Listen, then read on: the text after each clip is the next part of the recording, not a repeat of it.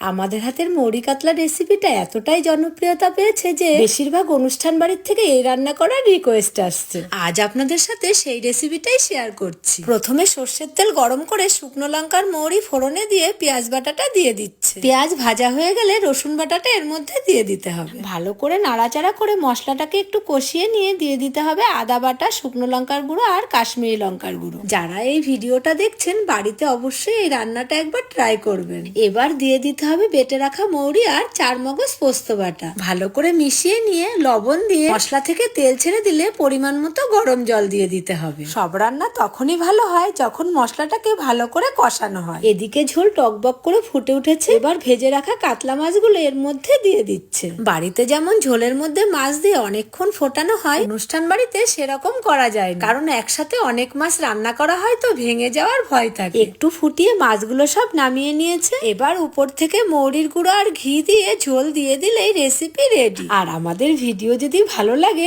Subscribe কিন্তু অবশ্যই করবেন।